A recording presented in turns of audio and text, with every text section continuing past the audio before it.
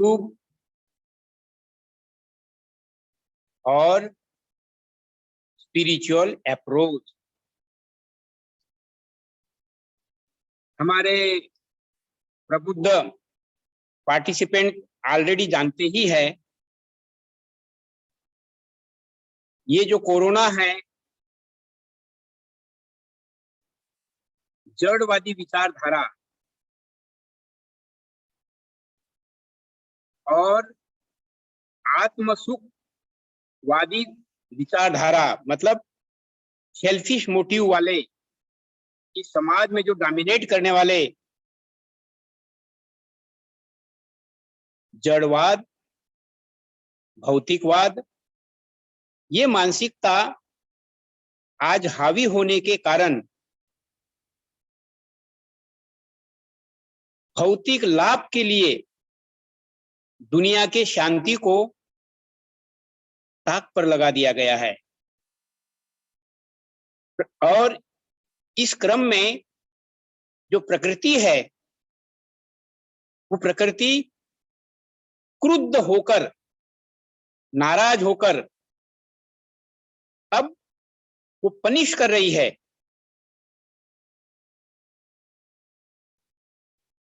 और ये मैं नहीं कह रहा हूं, जो एक्सपर्ट लोग हैं, रिसर्च स्कॉलर्स लोग हैं, वे लोग दुखी होकर कह रहे हैं कि हम लोग मनुष्य होने के नाते पेड़ पौधे, पशु पक्षी, अन्य जीवों के लिए हम लोग गार्जियंस का रोल अदा करना चाहिए, लेकिन इसके उलट हम लोग पेड़ पौधों को काटा है, पशु पक्षियों को निर्दयता के साथ में उसकी बलि चढ़ाते हैं और अपने शौक के लिए, अपने जबान के टेस्ट के लिए अपना भोजन बनाया गया। तो जो बायोलॉजिकल साइंस है, जो मनोविज्ञान है, अब तो बहुत आसानी से समझने वाले लोग समझ भी रहे हैं। जैसा खावे अन्न ऐसा ही होता है मन। तो आज का भोजन पूरा पशुवत हो चुका है, हमारा रहन सहन मटेरियलिस्टिक हो चुका है। और विशेष रूप से पिछले बार के लॉकडाउन में क्योंकि डिसिप्लिन मेंटेन की गई, तो नेचर खुश होकर काफी बदलाव आया था। और ये बात हम लोगों ने मेट्रोपोलियन सिटीज, विशेष रूप से दिल्ली को देखा, एक शांतता स्थापित हुई थी। परंतु जैसा ही अनलॉक हो गया, आप सब लोगों ने मार्क किया होगा, जैसा ही अनलॉक होना शुरू हो गया, शराब पीने के लिए एक एक माइल तक लोगों की लाइन लगती थी शराब पीने के लिए। ये बहुत सारी चीजें आप सब लोग जानते हैं। थोड़े शब्दों में इसका सार यही है कि मनुष्य जीवन, ये मनुष्य जीवन भौतिक, मानसिक और आध्यात्मिक जीवन के ये जो 3 स्तर है, इन तीनों स्तर के साथ में जो एक सामंजस्य स्थापित रखना चाहिए था, जो हमारे पूर्वज लोगों ने, हमारे गुरुकुल के सिस्टम ने हमें संस्कार के रूप में दिया था, वो तहस-नहस हो चुका है। गुरुकुल की जब बात करते हैं तो उस समय में शिक्षा और दीक्षा दोनों ही साथ में दी जाती थी। इसलिए अक्षर ज्ञान भी और आत्मज्ञान भी, इसमें दोनों में सुसामंजस्य था।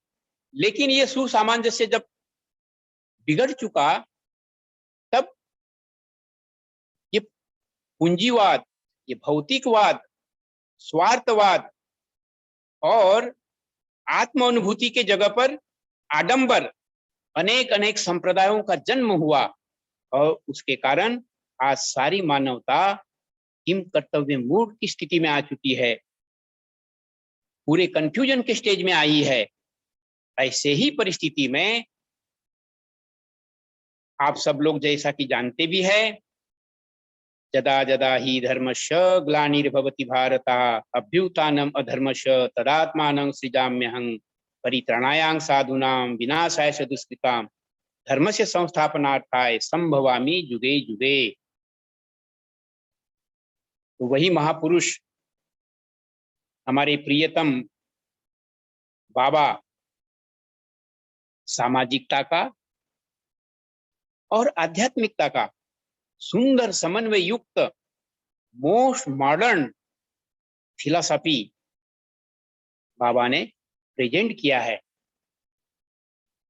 तो ये जो दर्शन है समझने वाले के लिए तो बहुत ही आसान है, लेकिन जो लोग समझने में अभी भी पीछे रह रहे हैं, मैं उन्हें याद दिलाना चाहूंगा, अध्यात्म एक दृष्टि प्रदान करता है और मजबूत सामाजिकता चलने की शक्ति प्रदान करती है। तो ये जो समाज है, निम्नतम आवश्यकताओं की पूर्ति हो सके ऐसी व्यवस्था, लेकिन आज अगाध संपदा चंद हाथों में सिमट जाने के कारण गरीब और अमीर के बीच की खाई बढ़ती ही चली जा रही है, बढ़ती चली जा रही है। अमीर लोग जो मुट्ठी भर है, वे लोग मल्टीप्लाई कर रहे हैं अपने संपत्ति को, और उनको ये भी पता है कि जो भी अगाध संपदा कमाने वाले लोग हैं, वे लोग सब छोड़ करके गए हैं, लेकिन यही एक लालच, ये एक मानसिक रोग हावी है।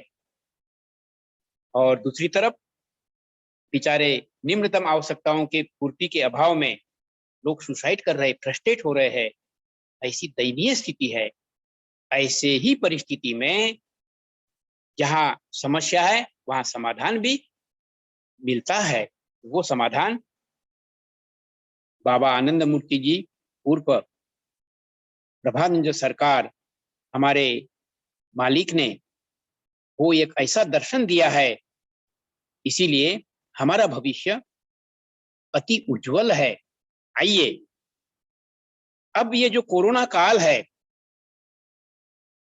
इससे डरने से नहीं चलेगा। इसको एक जीवन का पार्ट समझते हुए हमें एक अपनी आत्मशक्ति को जागृत करना होगा। थोड़ा सरल बनाने के लिए मैं एक उदाहरण दूं। एक अच्छे विद्वान व्यक्ति, मैं उनको जानता हूं, उन्होंने एक मैसेज पढ़ा, man should cultivate the habit to be a smiling. मनुष्य को हमेशा हंसमुख रहना चाहिए। ये हमारे गुरुदेव की प्रेरणा है। तो वो कमेंट करते हैं, ये कैसे संभव है? हमेशा तो आदमी खुश नहीं रह सकता है, हमेशा नहीं रह सकता है, लेकिन धीरे धीरे हैबिट कल्टीवेट कर सकता है और वो परसेंटेज डेवलप हो सकता है, बढ़ सकता है। और इसी में जो है मनुष्य की खुशी में ही जो है उसका आत्मबल बढ़ता चला जाता है और जो टेंशन है उससे मुक्ति मिलती है। और टेंशन से मुक्ति अगर नहीं मिलती है तो कोरोना डिफरेंट फेजेस में है, कहीं बहुत साधारण है, कहीं थोड़ा सा ज्यादा है और कहीं थोड़ा ज्यादा विशेष रूप से है। लेकिन ये जो प्रभाव है हमारे मानसिकता के आधार पर हमें प्रभावित करता है। जिनकी मानसिकता बढ़िया से डेवलप्ड है, अब वो डेवलप कैसे होगी? ये एक विशेष टेक्निक है, और वो जो विशेष टेक्निक है वही टेक्निक है आध्यात्मिक जागरण के साथ आध्यात्मिक अनुशीलन जीवन में करना। इसके अभाव में ही ये जो प्रॉब्लम्स आए हैं वो इसी के अभाव में आए हैं। मनुष्य जब अपने अनंत के रास्ते को भूल चुका है तो दिशा भ्रमित हुआ, और दिशा भ्रमित होकर इस मटेरियलिस्टिक लाइफ को ही अपने जीवन का गोल बनाया, और इसीलिए गलत दर्शन हमें फॉलो करने के लिए मजबूर होना पड़ा। तो अब हम लोगों को चूंकि एक आशा की किरण प्रभुत्व के माध्यम से ये जो पूंजीवाद है, साम्यवाद है और भाव जड़ता रूपी अनेक अनेक संप्रदाय है, इनके विकल्प के रूप में प्रभुत्व कहता है, हे मनुष्य,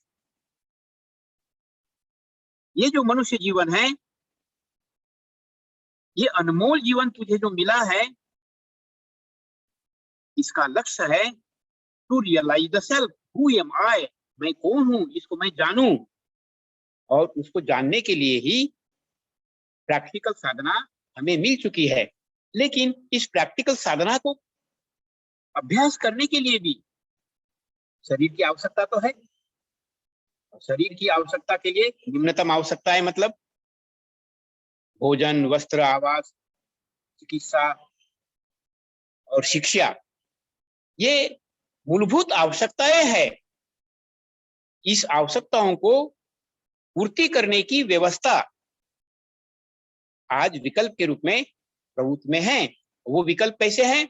ये जो अगाध संपदा चंद हाथों में सिमटी हुई है, इसके लिए ही विकेंद्रित अर्थव्यवस्था, और विकेंद्रित अर्थव्यवस्था के लिए ही इस त्रुटिपूर्ण वैश्य युग का कारगर उपाय ईश्वर केंद्रित ये जो दर्शन है, आर्थिक प्रजातंत्र, इसको ऑलरेडी हम लोगों ने एक्सप्लेन भी किया है पहले। तो विकेंद्रित अर्थव्यवस्था कैसे संभव है? अगर हम लोग भारत की विशेष रूप से चर्चा करें तो ये जो इंडिया है, ये जो भारत है, इसका विकास का जो बिंदु है वो है एग्रीकल्चर। एग्रीकल्चर में आज 75-80 लोग परसेंट उसी में इन्वॉल्व है।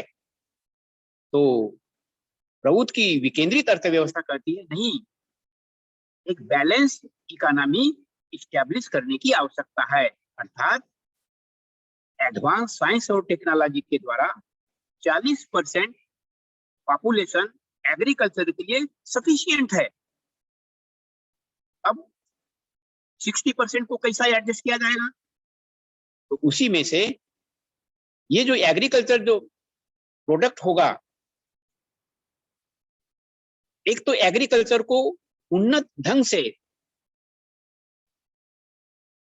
कल्टीवेट करना है वैज्ञानिक दृष्टि से, और इस वैज्ञानिकता के दृष्टिकोण को बढ़ावा देने के लिए साइंस और टेक्नोलॉजी का सहारा लेना है, और जो एग्रीकल्चर की पोटेंशियलिटी है उसको विकसित करना है। उसी के लिए 20% एग्रीको इंडस्ट्रीज की यहाँ भूमिका बहुत महत्वपूर्ण है। और जो बाय प्रोडक्ट होगा एग्रीकल्चर का, मात्र धान ही नहीं रहे, चावल ही नहीं बने, बल्कि उदाहरण के लिए अगर धान बनता है तो उसकी जो भूसी है उसका तेल निकल सकता है, धान का जो डंठल है उसका पेपर मिल्स डेवलप किया जा सकता है, मतलब पेपर इंडस्ट्रीज। और ये उस लोकल लेवल पर, ब्लॉक लेवल पर, डिस्ट्रिक्ट लेवल पर भी नहीं, नेशन के हेडक्वार्टर में ही नहीं, प्रांत के हेडक्वार्टर में नहीं, ब्लॉक लेवल पर, और धीरे धीरे फिर वो छोटे लेवल पर भी जाए, पंचायत लेवल पर, फिर विलेज लेवल पर।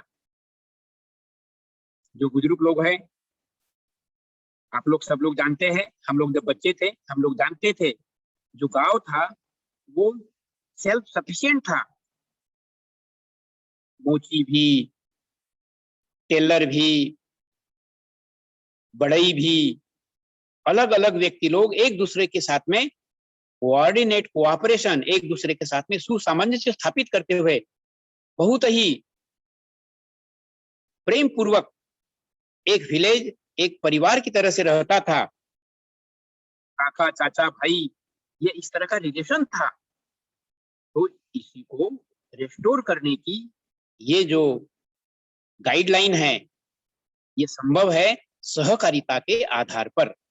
और पिछले क्लासों में भी हमने कहा कि इस सहकारिता के सफलता की कुंजी यही है कि उसमें नैतिकता आवश्यक है, स्ट्रिक्ट एडमिनिस्ट्रेशन भी आवश्यक है, और सबसे बड़ी आवश्यक है कि ये जो सहकारिता का प्रोजेक्ट है, ये मेरा अपना प्रोजेक्ट है।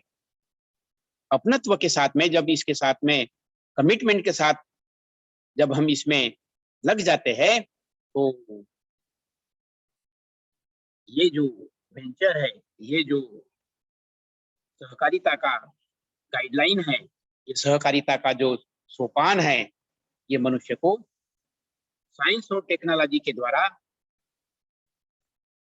4 घंटा भी काम करेंगे तो बहुत है। साइंस और टेक्नोलॉजी डेवलप होने के बाद में 1 घंटा, आधा घंटा के माध्यम से भी जो है निम्नतम आवश्यकता की पूर्ति की जा सकती है। परंतु यहाँ एक तो आत्मविश्वास के साथ में इस प्रोजेक्ट के साथ में जुड़ने की आवश्यकता है, और कमिटमेंट के साथ जब हम जुड़ते हैं तो निश्चित रूप से निम्नतम आवश्यकता की पूर्ति तो होगी ही होगी। इसी के आधार पर हम साइंस और टेक्नोलॉजी के द्वारा वर्किंग आवर्स को जब बताते हैं, लोग कहते हैं अक्सर, अरे भाई ये साधना पूजा पाठ करने के लिए कहाँ किसको टाइम है, अध्ययन करने के लिए किसको कहाँ टाइम है। तो वो टाइम इसी के माध्यम से हम लोग एडजस्ट कर सकते हैं, और इसके अभाव में ही मनुष्य आज एक पैसा कमाने की मशीन बन चुका है। मनुष्य पैसा कमाने के लिए तो नहीं आया है। सर्वे में ऑक्सफैम की रिपोर्ट में ये भी उजागर हुआ है कि आदमी इतना कमाते चले जा रहा है कि कमाने के बाद में, मरने के बाद 70% तो वो उपभोग भी नहीं कर पाता है। ऐसा लालची भी बन चुका है। बड़े बड़े नेता लोग इतना कमा के रखा हुआ है, उसकी पीढ़ी दर पीढ़ी बैठ करके खा सकते हैं। और जैसा कि मैं पिछली बार भी कहा था कि एक जो वर्चस्व का भूत सवार है, तो थर्ड वर्ल्ड के लिए इतना अरेंजमेंट करके रखा हुआ है 85 से ही लेकर के, तो वो जो अगाध संपदा केंद्रित है, उसको अगर समाज के उपभोग में लगाया जाए तो ये गरीबी 3 साल से भी ज्यादा समय के लिए दूर हो सकती है।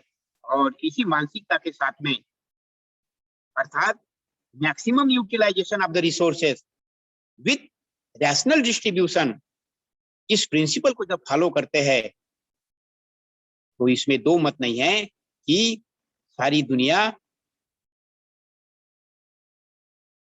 जो दार्शनिक पक्ष के शब्दों में कहा जाए तो भौतिक समृद्धि प्राप्त कर सकता है, और भौतिक समृद्धि के साथ ही मानसिक रिद्धि और आध्यात्मिक सिद्धि भी प्राप्त हो सकती है। यही प्रमा है, और इस प्रमा के अभाव में आज मनुष्य जो है भटक रहा है। तो प्रभुत्व का सिद्धांत प्रमा के माध्यम से और नव्य मानवतावादी दृष्टिकोण, जिसमें कि पिछले बार के क्लास में जो 2 चीजें मैं बोली थी,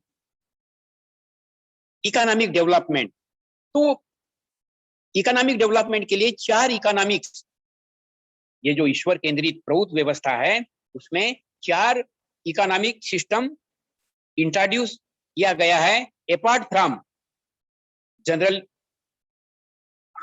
कॉमर्स इकोनॉमी और जनरल इकोनॉमी। इसके अलावा पीपुल्स इकोनॉमी, मतलब मनुष्य की जो निम्नतम आवश्यकता है उसके ऊपर में पहले ध्यान दिया जाए। उदाहरण के लिए अब हाई स्पीड की सुपर फास्ट ट्रेन और भी आज एडवांस ट्रेन इंट्रोड्यूस करने के लिए सोचा जा रहा है। तेजस ट्रेन, फास्ट ट्रेन। लेकिन जो साधारण लोग हैं उन लोगों को तो साधारण ट्रेन में जाने के लिए जगह भी नहीं मिलती है, बैठने के लिए खड़े खड़े जाना पड़ता है। तो ठीक है, हम लोग एडवांस और साइंस और टेक्नोलॉजी के द्वारा हम जीवन स्तर बढ़ाएंगे, बढ़ना भी चाहिए, लेकिन निम्नतम आवश्यकताओं की पूर्ति के बाद। तो उसके लिए economy, people's economy is must that should be introduced. और दूसरा है साइको इकोनॉमी। आज बड़े बड़े जो पूंजीपति लोग हैं वो मेरा लाभ कैसा हो उसके लिए साइंटिस्ट लोग टेक्निकल नो हाउ अपने कब्जे में रखते हुए अपने विकास के लिए सोचा जाता है। तो जो विकेंद्रित व्यवस्था होगी उसमें जो पॉलिसीज बनेगी कि सबके हित के लिए निम्नतम आवश्यकता की पूर्ति हो और उसके बाद में एडवांसमेंट भी हो। और जाने या अनजाने गलत नीतियों के कारण हम लोग शराब खाने को, नशाओं को काफी प्रेरणा देते हैं। तो वो प्रेरणा को भी चैनलाइज करना होगा डिस्ट्रक्टिव से कंस्ट्रक्टिव में, मतलब लोगों के कल्याण के हित के लिए ये साइको इकोनॉमी मदद करेगी। लेकिन ये सारी नियंत्रण की जो बात है, समाज का जो नियंत्रण जो है, आज खूब आप लोग देख रहे हैं, समझ रहे हैं कि आज का जो नेतृत्व है एक नंबर के भ्रष्ट व्यवस्था के मानसिकता में सिमट चुका है।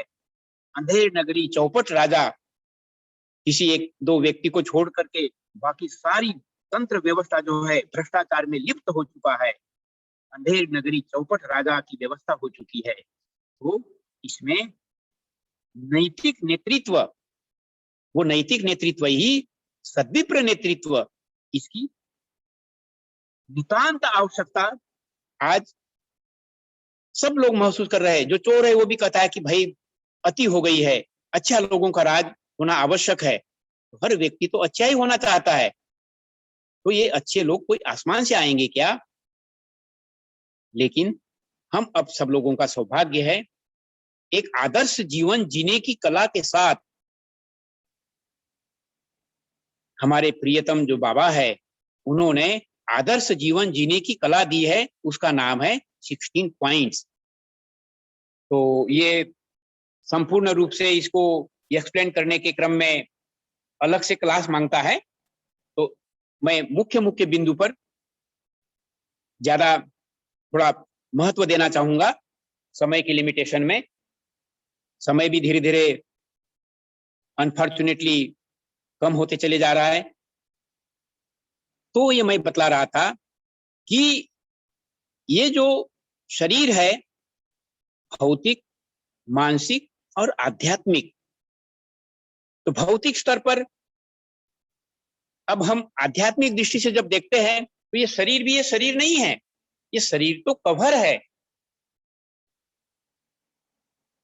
एक्टोप्लाज्म के माध्यम से, इंडोक्राइन के माध्यम से ये शरीर कवर है, लेकिन है एनर्जी ही।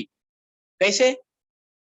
ये जो पंचमहाभूत का संसार है, पंचमहाभूत के संसार में पंचमहाभूत पृथ्वी तत्व, जल तत्व, अग्नि तत्व, वायु तत्व, आकाश तत्व, उसी का ये संसार बना हुआ है और उसी का ये शरीर भी है।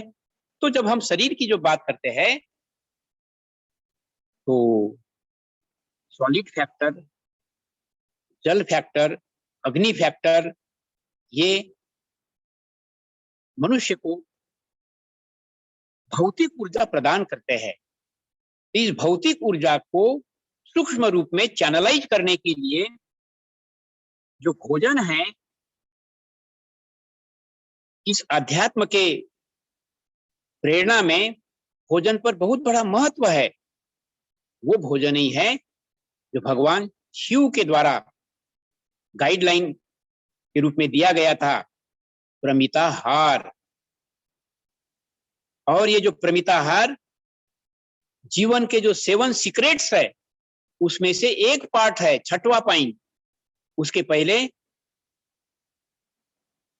शिव की शिक्षा को हृदयंगम करने के लिए भगवान कृष्ण की शिक्षा जो कि गीता के माध्यम से दी गई है उसको हृदयंगम करने के लिए और बाबा की शिक्षा को इस मॉडर्न रूप में एक्सेप्ट करने के लिए पहले हमें, जैसा कि पिछले क्लास में और भी इलेबोरेट किया था, कि जो योगा मेडिटेशन का जो क्लास था पिछले बार का, तो उसमें गुरु की जो भूमिका है वो सर्वोपरि है। उन्होंने बहुत ही सिस्टमैटिक ढंग से आसनाद, ये आसन भी सब लोग सब आसन नहीं कर सकते हैं। इसको क्या आसन मिलना चाहिए इसकी भी विधिवत गाइडलाइन है, लेकिन आसन करना आवश्यक है।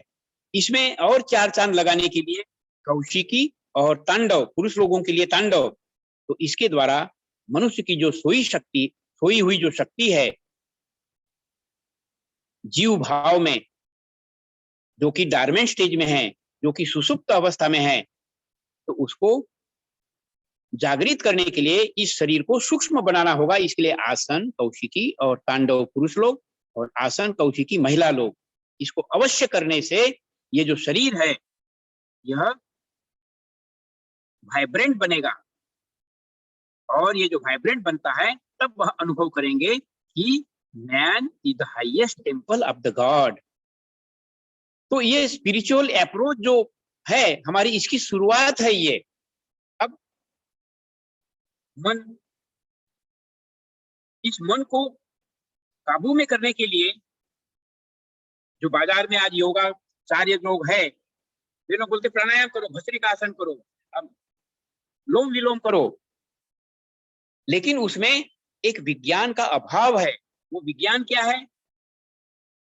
ये जो मन है ये श्वास के द्वारा नियंत्रित होता है। तो इस श्वास को कंट्रोल करने के लिए आसन कौशिकी तांडव और शुरुआत की साधना के बाद प्राणायाम के द्वारा श्वास की गति को नियंत्रित किया जाता है। लेकिन ये श्वास की गति नियंत्रित तब होगी, वो बाजारू प्राणायाम नहीं जिसमें मंत्र, सिद्ध किया हुआ मंत्र हो। मंत्र के विहीन जो प्राणायाम है वह डेड प्राणायाम है, वो बीजहीन प्राणायाम है। इसीलिए वो बीज युक्त प्राणायाम के लिए ही विशेष रूप से जो मंत्र होता है, जीव को शिव के साथ में श्वास के गति को नियंत्रित किया जाता है और उसके द्वारा हमारी जो इच्छा शक्ति है उसको प्रबल बनाया जाता है। और प्रोसेस में ये जो बॉडी है, इस बॉडी में अब हमारी जो सूक्ष्म बॉडी के जो पार्ट्स है, जो हार्ट है, पेनक्रियाज है, लीवर सिस्टम है, इस सारे सिस्टम को प्राणायाम के माध्यम से मजबूत किया जाता है। और तब ये जो मनुष्य जीवन, जिसको कि मन नियंत्रित करने का एक बहुत बड़ा वेपन है, अगर इस मन को नियंत्रित नहीं करते हैं, इसको अगर ट्रेन नहीं करते हैं, तो यही मनुष्य का शत्रु बन जाता है। और इसी को अगर नियंत्रित कर लिया जाता है तो यही मित्र बनता है। जैसे अब साधना के उस डीप विज्ञान में जब जाते हैं तो मन के बारे में इसकी जानकारी आती है कि मन विशेष विशेष लेयर में कन्फाइंड है। उसको कहा गया है पंचकोशात्मिका जैवी सत्ता कदली पुष्पवत। तो कदली मतलब केला, तो केला का एक पल्ला के बाद में दूसरा पल्ला, तीसरा पल्ला, चौथा पल्ला, इस तरह के एक एक लेयर्स होती है। उसी तरह से माइंड की अनेक अनेक लेयर्स है। वही लेयर्स को कहा गया है अन्नमय कोश, काममय कोश, मनोमय कोश, अतिमानस कोश, विज्ञानमय कोश, हिरणमय कोश। तो इसको मजबूत कैसे बनाया जाएगा, इसको सूक्ष्म रूप कैसे दिया जाएगा? तो वही कला है योग की कला। और वही कला जो है, ये जो योग है, ये पातंजल से भी एडवांस, राजादी राजयोग से भी एडवांस राजादी राजयोग, अर्थात बॉडी को नियंत्रित करने वाला माइंड और माइंड को नियंत्रित करने वाली आत्मिक शक्ति, इनके तार भौतिक, मानसिक और आध्यात्मिकता के रूप में जोड़ने की आवश्यकता है। तो उसमें भी प्रमा जो विषय है, सुसामंजस्य स्थापित करने की आवश्यकता है। तो ये बॉडी की दृष्टि से भी, बॉडी की दृष्टि से ही नहीं, हम समाज में रह रहे हैं। समाज में जब हम सारे विश्व की बात करते हैं, आप लोगों ने नॉर्वे का नाम सुना होगा। नॉर्वे जो है संपन्न देश माना जाता है। अमेरिका, ब्रिटेन वगैरह वगैरह से ये जो नॉर्वे है बहुत ही एडवांस कंट्री मानी जाती है। वहां अगर गलती से कोई गरीब भी आदमी है तो उसकी केयर की जाती है। वैसे तो वहां गरीबी निम्नतम है। तो ये हो गया भौतिक समृद्धि। भौतिक समृद्धि तो आवश्यक है, लेकिन मानसिक दृष्टि से भी और आध्यात्मिक दृष्टि से भी एक सामंजस्य स्थापित करने की आवश्यकता है। तो वहां के जो हमारे मार्गीगण लोग हैं, वे हम लोगों को आग्रह करते हैं कि आप लोग और कुछ दादा लोगों को, एक्सपर्ट लोगों को भेजिए ना, ताकि यहाँ आध्यात्मिक दृष्टि से हम इन लोगों को गाइड कर सके। अर्थात जीवन के जो 3 स्तर है, भौतिक भी, मानसिक भी और आध्यात्मिक भी, तो इसमें सामंजस्य स्थापित जब हम करते हैं तो मन की जो ये जो गति है, अन्नमय कोश, काममय कोश, मनोमय कोश, अतिमानस कोश, विज्ञानमय कोश, हिरणमय कोश, हिरणमय कोश, मतलब हिरणमय परे कोशे तच्छुभ्रम ज्योतिषा ज्योतिष तद। तो हिरणमय कोश के माध्यम से आगे गुरु की कृपा से, मैं ये छोटा जीव नहीं, मैं तो उस परमात्मा का ही एक रूप हूं। इस भाव में भावित होने के लिए, ये रियलाइजेशन के लिए ध्यान की अवस्था, तो ये ध्यान की अवस्था तो हायर लेसन है, परंतु उस ध्यान के लेसन में एंटर करने से जो ऊर्जा का स्रोत है, उससे हम अभिभूत हो जाते हैं। और वही प्रेरणा का स्रोत गुरु की कृपा। लेकिन गुरु की कृपा शुरुआत होती है मंत्र मूलम गुरुर वाक्यम। गुरु की जो गाइडलाइन है, जो हमें गाइडलाइन मिल रही है, जैसे अभी 16 पॉइंट के रूप में, और 16 पॉइंट में आसन, कौशिकी, तांडव, इसकी जानकारी दी गई। लेकिन मन को नियंत्रित करने के लिए यम नियम की साधना, प्रत्याहार की साधना। तो यम नियम क्या है, प्रत्याहार क्या है? तो भौतिक दुनिया में रहते हुए भी हम अपने मन के इच्छाओं को कैसे नियंत्रित रख सकते हैं, ये कला। और इस जड़ जगत में रहते हुए भी हम अपने मन की जो सुचिता है, अर्थात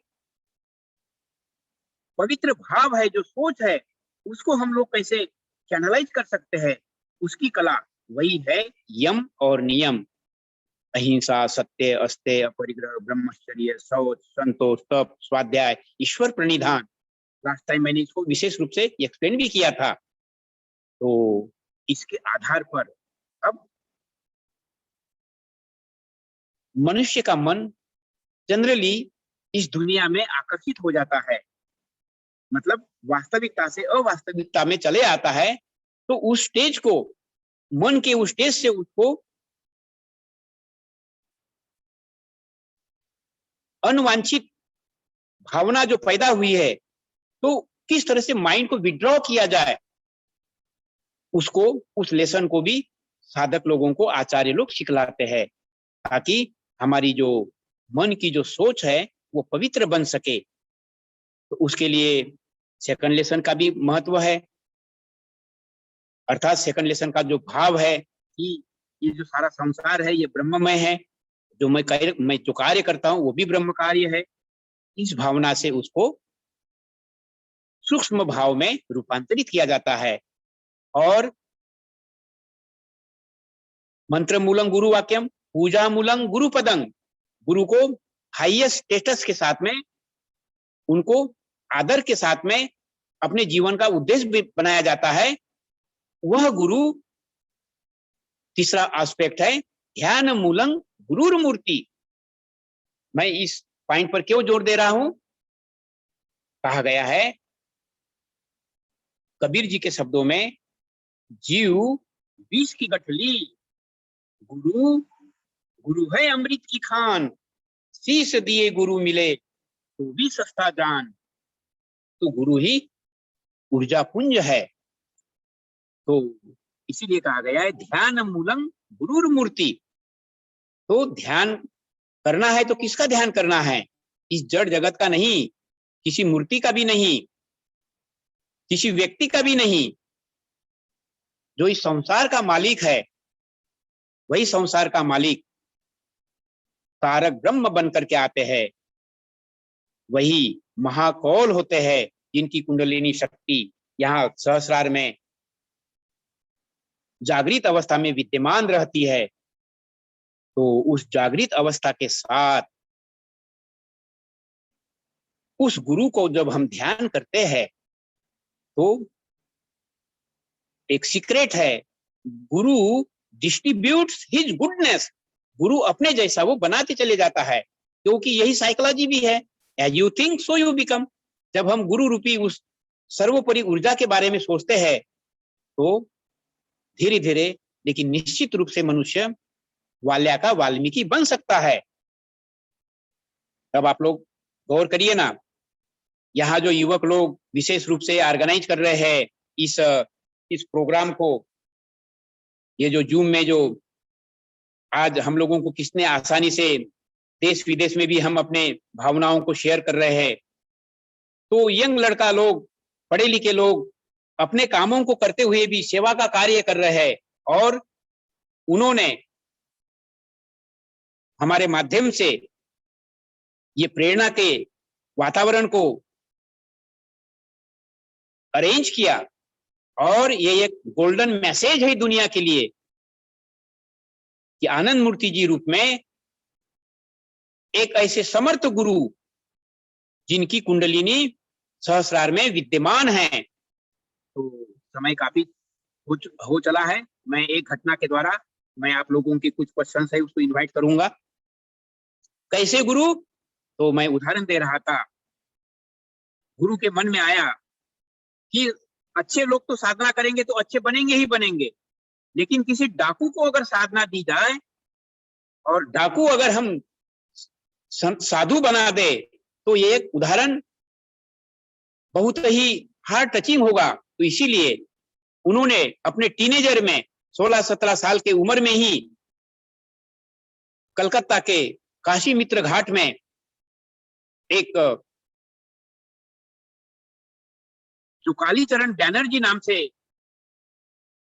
वहां रहते थे, गुंडा के रूप में, डाकू के रूप में, उनको अभी ये जो आने वाला अगस्त है, श्रावणी पूर्णिमा के दिन उन्होंने उनकी दीक्षा दी। और वो दीक्षा भी बड़े इंटरेस्टिंग वे में हुई है।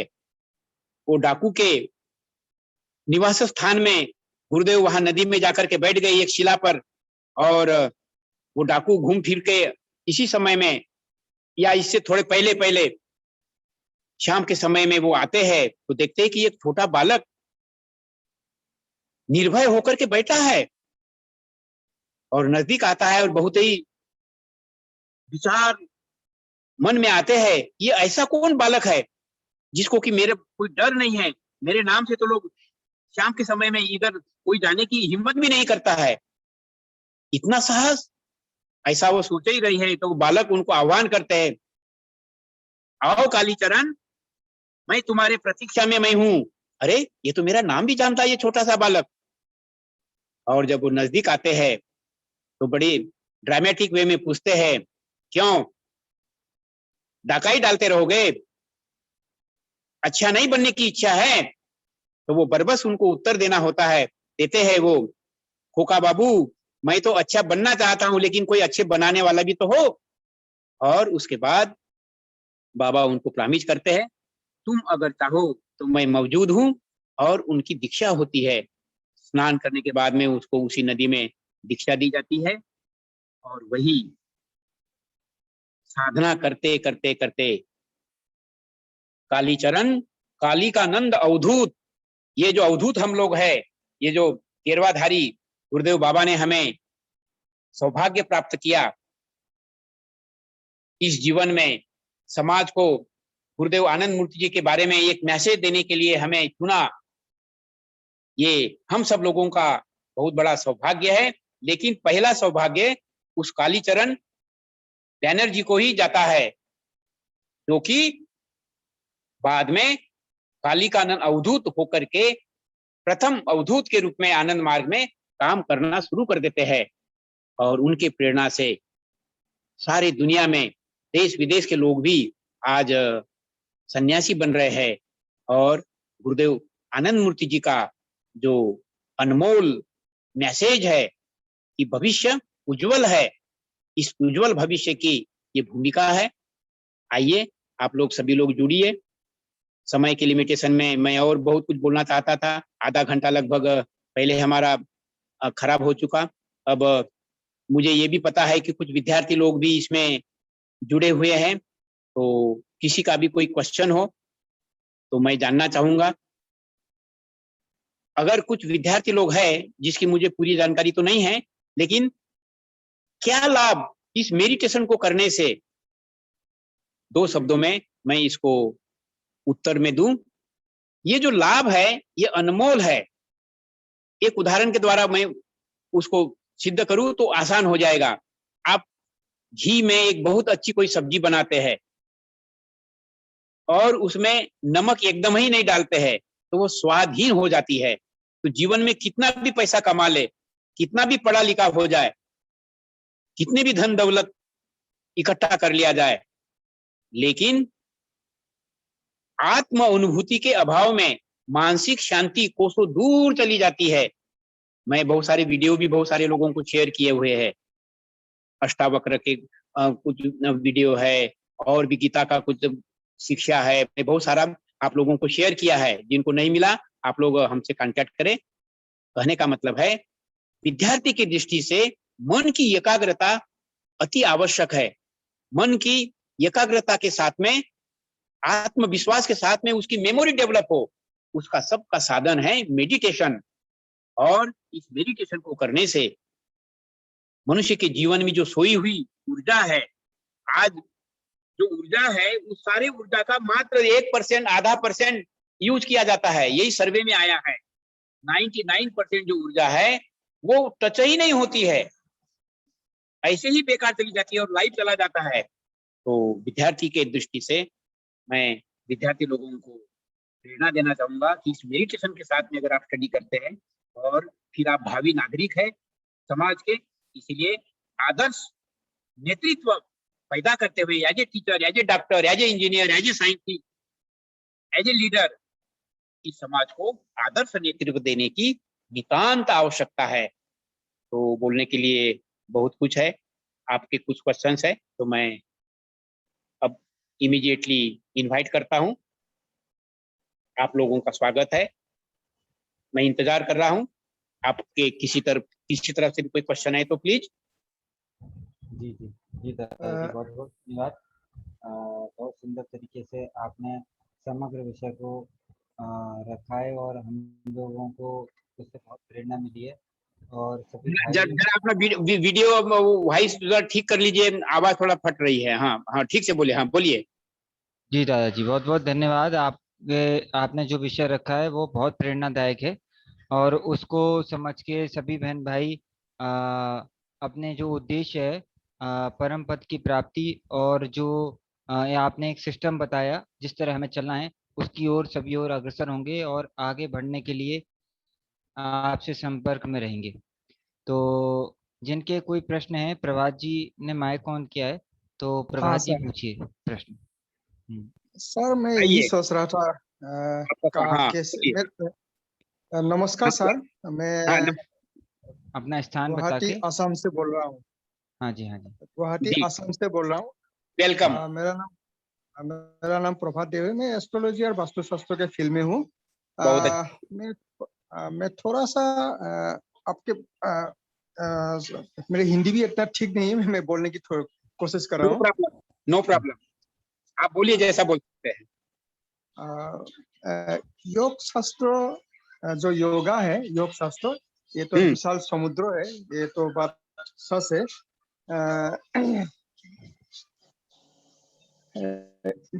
इसके बारे में मैं थोड़ा जानना चाहूंगा। ये है कि जो आगे में जो हम लोग के जो ऋषि मुनि थे, मैं कम से कम एक हाँ जी प्रभात जी, आपकी आवाज स्पष्ट नहीं आ रही है। हाँ, और अब लिंक भी टूट गया उनका, वो अनम्यूट हो गया होगा सकता है। हाँ प्रभात जी, आप लिख के चैट में अपनी बात रखें, तो उससे मैं दादाजी को भी बता दूंगा। हाँ, और आपको व्यक्तिगत रूप में आप नंबर शेयर कर दीजिए, चैट कर दीजिए, तो उसका आंसर आपको दे देंगे। आपको प्राणायाम डिस्टर्बेंस करते आ थे गया, समय तो की भारत वजह देश के से। बारे में, हाँ बोलिए। जो ऋषि मुनि कैसे युग से। हाँ प्रभात जी, बोलिए। आपका माइक अनम्यूट जुड़ म्यूट गए, हो चलो गया है। बोल दीजिए, हाँ बोल अनम्यूट दीजिए। करिए, अनम्यूट करिए माइक प्रभात जी। हाँ, योग के बारे में मेरा जहाँ जहाँ तक समझ है, हम्म। बोलिए।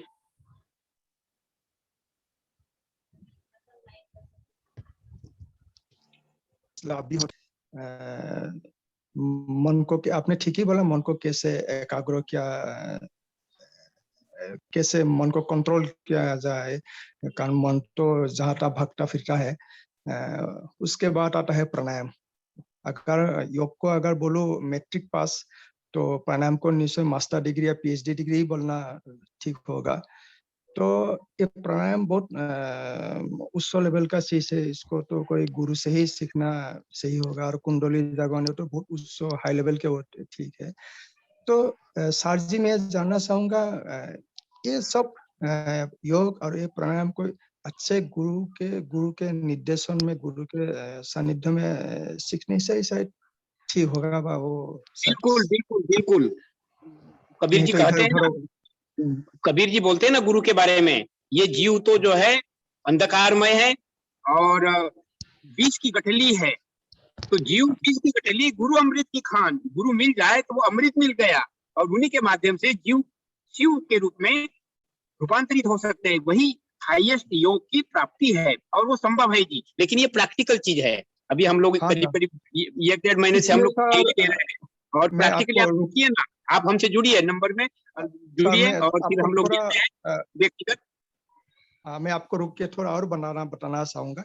इस सब से सर बहुत समय लगता है, बहुत एकाग्र लगता है, बहुत समय। और गुरु भी उस प्राणायाम में, उसमें वो सक्सेस होना बहुत जरूरी है।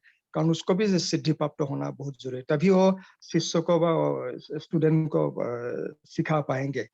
एक बहुत हाई ये लेवल का एक क्या बोलूं मैं, ये इसको आंखों आंखों से दिखाई नहीं देता है। वो गुरु ही बता सकता है। एक अनुभवी लोग ही इसको बता सकता है, जहां तक मेरा समझ है सर।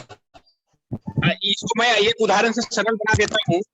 हमको हिमालय की चोटी पर चढ़ना है, तो हिमालय चोटी पर चलना शुरू करते तो वो हिमालय दिखाई नहीं देता है, वो पहाड़ी दिखाई नहीं देती है। लेकिन कदम के बाद कदम मिलाते हुए जब आगे बढ़ते हैं, तो अल्टीमेटली फिर लक्ष्य तक भी पहुंच जाते हैं।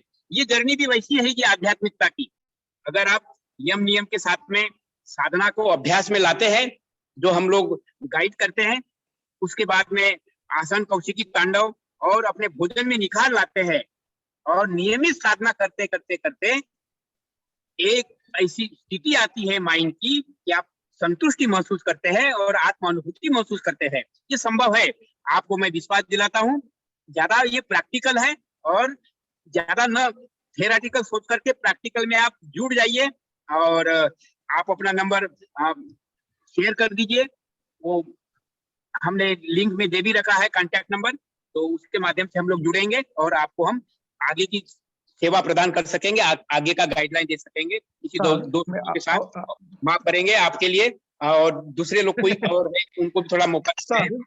मैं और एक छोटा सा सवाल पूछना चाहूंगा। हम लोग जो ऋषि मुनि है, बहुत सारे सिद्ध लोग है, वो इतना चमत्कारिक काम करते हैं, इतना जैसे कि हम लोग का आंखें विश्वास नहीं होता है, जैसे कि वो बिना खाए पिए बहुत साल जिंदा रहते हैं या कोई अद्भुत अद्भुत क्रिया करते हैं। ये क्या ऐसा संभव है? हाँ, माफ करना। जब प्रथम बार इस संसार के जो मार्गदर्शक है, संसार का जो मालिक है, वो शिव के रूप में आए थे, तो वो शिव ने एक विद्या साधना दी थी।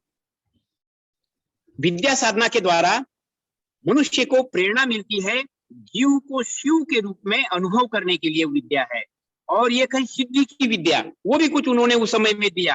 अवघड़दानी थे, शुरुआत में दिया, तो वो कुछ सिद्धियों में उलझ गए लोग। लेकिन मनुष्य के जीवन का लक्ष्य होना चाहिए, मैं कौन हूं, ये अनमोल जीवन, एक दिन यमराज के बिना वारंट से चले जाना है, तो मुझे क्या प्राप्ति करना था इस संसार में। ये भावना है आत्म अनुभूति की। तो आत्म अनुभूति का रास्ता है, वो विद्या साधना है और सिद्धि की भी एक साधना है, उसका एक पार्ट है, वो सिद्धियां है उसमें। लेकिन हमें उसमें अपनी ऊर्जा को ज्यादा उलझाना नहीं चाहिए, क्योंकि ये मनुष्य जीवन मिला है, आप जानते हैं, बिल्कुल सीमित समय के लिए मिला हुआ है। इसलिए इसको चरितार्थ करने के लिए साधना के आत्म अनुभूति के रास्ते पर अग्रसर होना चाहिए। यही मेरा सुझाव है जी आपके लिए। धन्यवाद सर। अभी किन्हीं और का प्रश्न है तो वो संक्षिप्त में अपना प्रश्न पूछें, समय का थोड़ा अभाव है, तो संक्षिप्त में अपना प्रश्न रखें जी।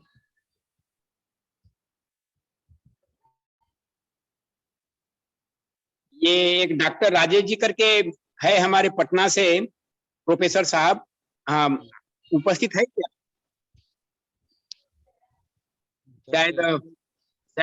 शायद कुछ बाधा आ गई है, तो कोई सवाल है तो ठीक है, नहीं तो हमने तो वैसे कांटेक्ट नंबर दे ही रखा है। आप लोगों का स्वागत है और आप लोग जो भी सवाल है चैट करके भी पूछ सकते हैं। और कोई प्रश्न है तो आप अपना निसंकोच अपना प्रश्न रखिए, जिससे आपका शंका समाधान हो सके। ये शंका समाधान का बहुत अच्छा अवसर है। अन्यथा क्या होता है कि जो लोकेश जी, एक मिनट लोकेश जी। हाँ माफ करना, अभी कंक्लूड करने के क्रम में मेरे मन में एक बहुत अच्छा सुझाव आ रहा है कि जो ये जो विषय था, कोरोना, वैश्य युग और स्पिरिचुअल अप्रोच, तो कोरोना ही नहीं, कोरोना तो एक आज का एक ज्वलंत समस्या के सामने एक विकराल रूप धारण कर लिया है, लेकिन इसके पहले भी ऐसे प्रॉब्लम्स आते गए, अभी भविष्य में भी आएंगे। तो मतलब ये जो बाधाएं हैं, इसका नाम है निगेटिव माइक्रोवाइटा। क्यों निगेटिव माइक्रोवाइटा क्यों बोल रहे हैं? ये एक नया शब्दावली है नया लोगों के लिए, पुराने लोग तो जानते भी है, लेकिन ये बोलना जरूरी था। समय के अभाव में मैं इसको थोड़ा सा शॉर्टकट करना चाह रहा था, लेकिन अभी थोड़ा सा समय लेते हुए इसको मैं पूरा कर देता हूँ। तो निगेटिव है तो इसका कार्ड भी होना चाहिए, वो पॉजिटिव होना चाहिए, और पॉजिटिविटी और निगेटिविटी दोनों का नियंत्रक भी तो कोई होना चाहिए। ये कोई चीज अचानक तो नहीं आई, इसको कोई ना कोई कंट्रोल करने वाली शक्ति होगी ही। वो जो कंट्रोल करने वाली शक्ति है वही परम पुरुष शक्ति है, और वो परम पुरुष ही निगेटिविटी और पॉजिटिविटी का ये कंट्रोलर है। तो निगेटिविटी आज हावी है प्रकृति के माध्यम से। क्यों कि इतना तो इसका तो कारण तो हमने आप लोगों को जानकारी दिया और आप लोग भी जानते हैं कि हमने खान पान रहन सहन अपना व्यवहार ही जो बर्बाद कर दिया है। तो इसको रेस्टोर करना है, मतलब स्पिरिचुअल कल्चर में अपने आप को ढालना है। स्पिरिचुअल कल्चर को ढालने से वो जो पॉजिटिव माइक्रोबायोटा है उसकी शक्ति बलवान हो जाएगी और इस निगेटिव माइक्रोबायोटा को हम इसको कॉन्कर कर सकते हैं, इसके ऊपर में विजय पा सकते हैं। और उसी के लिए योगासन है, फिर प्राणायाम है, ये पूरी स्पिरिचुअल अप्रोच है। और इसी के आधार पर ये जो त्रुटिपूर्ण सिद्धांत है इसका विकल्प के रूप में प्रभुत्व को समझने में भी आसानी होगी। अब ये भंडार है, इसको समझाने के लिए और भी आगे के लिए इसके क्लासेस इस क्लासों के माध्यम से विशेष रूप से एक्सप्लेन करेंगे। समय के अभाव में मैं जड़ और चेतन, मतलब मैटर और स्पिरिट, इसको एक्सप्लेन करना चाहता था लेकिन समय कम पड़ गया। प्रमा को एक्सप्लेन करना चाहता था, नव्य मनोकामना को एक्सप्लेन करना चाहता था, लेकिन समय कम पड़ गया। तो उम्मीद करते हैं भविष्य में इस विचारों के साथ में आपके सामने पेश होंगे और उसको शेयर करेंगे। तो मैं समझता हूँ इस विषय के साथ में काफी अच्छा डिस्कशन हो गया लास्टली। जी और दादाजी, बिल्कुल जी, बिल्कुल दादाजी, आपने जिस तरह से पूरे समग्र विषय को समझाया है और हम सबके सामने एक मौका दिया है कि इस सूक्ष्मता को समझें और अपने दृष्टिकोण को स्पष्ट करें, और विवेक जागृत होगा अध्यात्म के माध्यम से, यम नियम के माध्यम से, और जो दर्शन की साधना की बातें दादा ने बताई हैं उसके माध्यम से।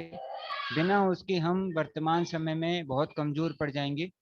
तो सभी भाइयों को दृष्टिकोण पैदा करने की बहुत ज़रूरत है, अध्यात्म के रास्ते पर चलने की बहुत ज़रूरत है, यम नियम के रास्ते पे। इसलिए सभी दादाजी का जो नंबर दिया है उनसे जुड़ें और अपने आप को मानसिक रूप से मजबूत बनाएं और एक दूसरे के साथ मिलके आने वाली विपरीत समस्याओं को ढूंढें, क्योंकि जो चीज़ें हमारे सामने रखी जा रही हैं वो बहुत गुमराह करने वाली हैं।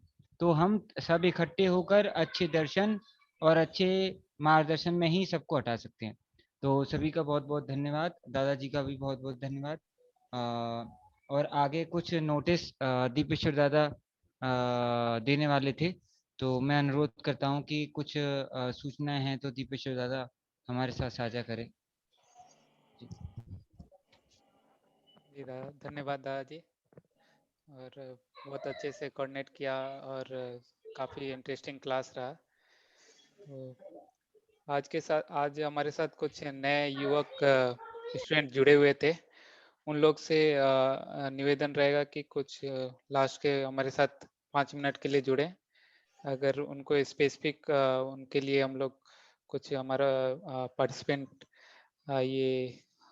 पार्टिसिपेंट सर्टिफिकेट और उसके रिलेटेड हम लोग उनको इन्फॉर्मेशन देंगे और उनसे उनका फीडबैक भी लेंगे, क्योंकि वो लोग नए मेंबर्स हैं तो फर्स्ट टाइम ज्वाइन किए, तो उनके लिए नया सेशन कैसे रखा जाए, उनका क्या अनुभव रहा आज के सेशन से, तो हम लोग ज़्यादा अंडरस्टैंड करके नेक्स्ट क्लास ले सकते हैं। तो कितना पार्टिसिपेंट हुआ आज? जी दादा, हम लोग के साथ 45 पीपल थे क्लास में। ओके, और कुछ मेंबर्स हैं जो कॉलेज से ज्वाइन किए हैं, आरा के कॉलेज से। उन लोग से निवेदन है कि आप लोग हमारे साथ बने रहिए लास्ट के 5 मिनट्स के लिए। और कोई कार्यक्रम, नेक्स्ट कार्यक्रम के लिए हम लोग आप सबको इन्फॉर्म करेंगे। हमारा टॉपिक हम लोग डिसाइड करके मीट